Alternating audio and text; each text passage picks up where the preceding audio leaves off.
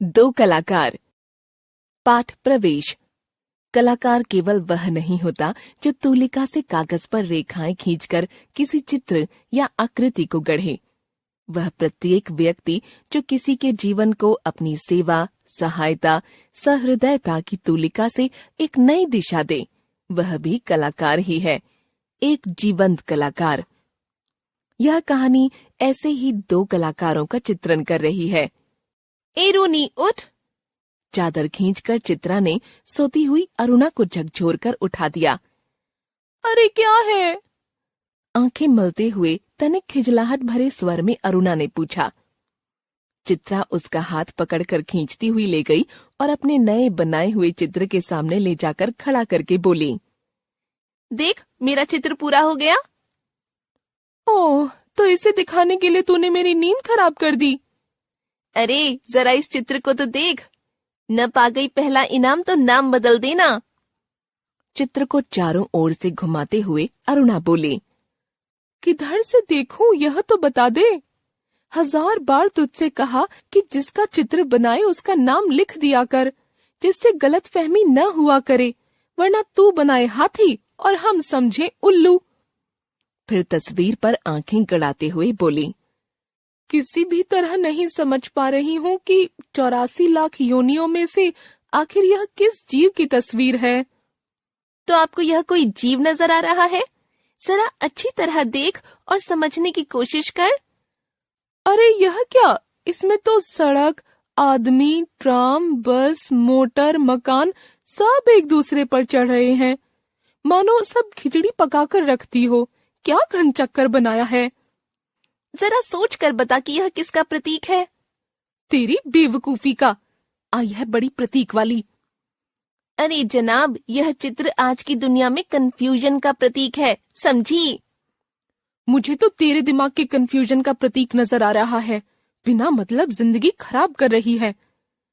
अरुणा मुंह धोने के लिए बाहर चली गई।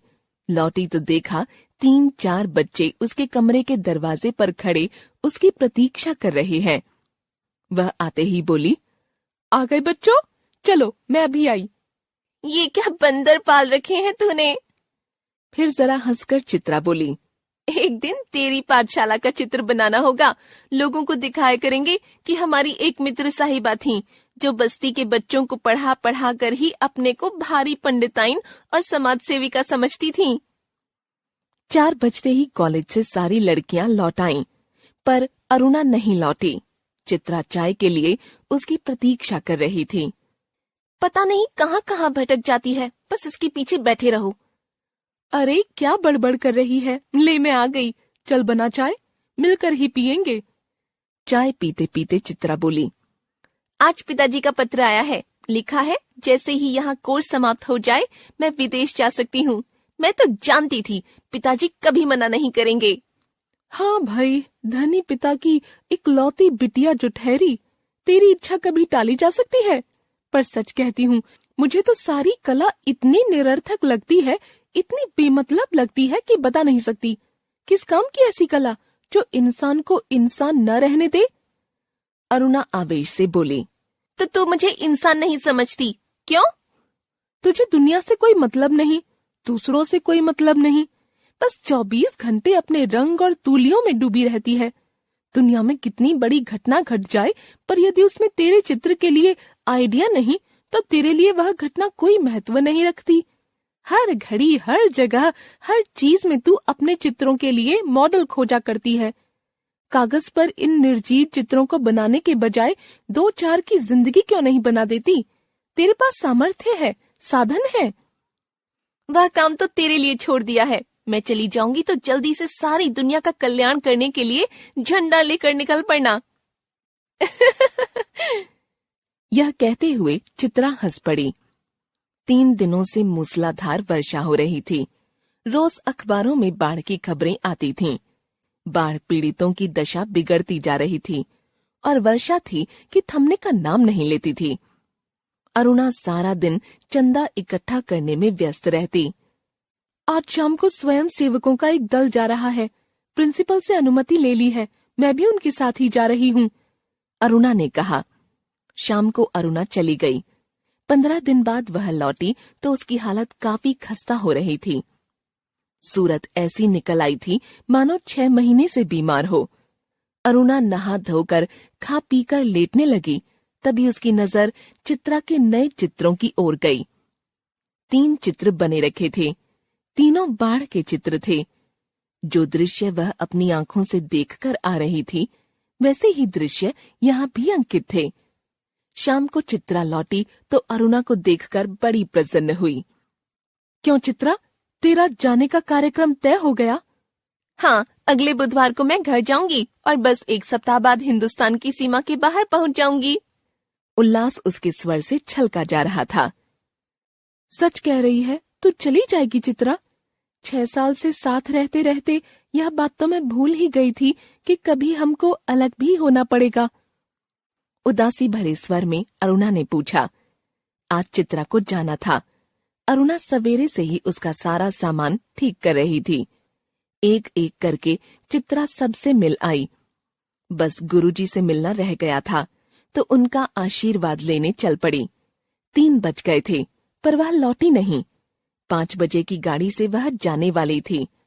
अरुणा ने खुद जाकर देखने के बारे में सोचा कि आखिर बात क्या हो गई। तभी हड़बड़ाती सी चित्रा ने प्रवेश किया।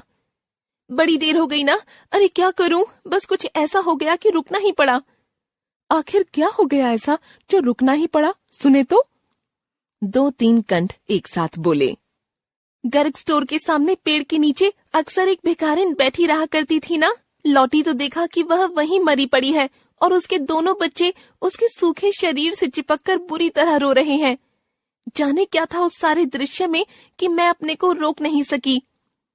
एक रफ सा स्केच बना ही डाला, बस इसी में देर हो गई। 4:30 बजे चित्रा हॉस्टल के फाटक पर आ गई, पर तब तक अरुणा का कहीं पता नहीं था। बहुत सारी लड़कियां उसे छोड़ने स्टेशन तक भी गईं, पर चित्रा की आंखें बराबर अरुणा को ढूंढ रही थीं। 5 भी बज गए। रेल चल पड़ी, पर अरुणा न आई तो न आई। विदेश जाकर चित्रा तन मन से अपने काम में जुट गई। उसकी लगन ने उसकी कला को निखार दिया। विदेश में उसके चित्रों की धूम मच गई। भिखारिन और 2 अनाथ बच्चों के उस चित्र की प्रशंसा में तो अखबारों के कॉलम भर गए। शोहरत के ऊंचे कगार पर बैठ चित्रा जैसे अपना पिछला सब कुछ भूल गई। पहले वर्ष तो अरुणा से पत्र व्यवहार बड़े नियमित रूप से चला, फिर कम होते होते एकदम बंद हो गया। अनेक प्रतियोगिताओं में उसका अनाथ शीर्षक वाला चित्र प्रथम पुरस्कार पा चुका था। जाने क्या था उस चित्र में जो देखता चकित रह जाता। 3 साल बाद जब वह भारत लौटी तो उसका बड़ा स्वागत हुआ।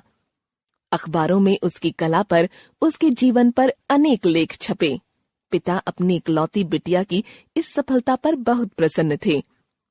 दिल्ली में उसके चित्रों की प्रदर्शनी का विराट आयोजन किया गया।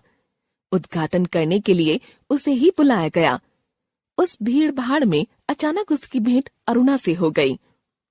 रोनी कहकर चित्रा भीड़ की उपस्थिति को भूलकर अरुणा के गले से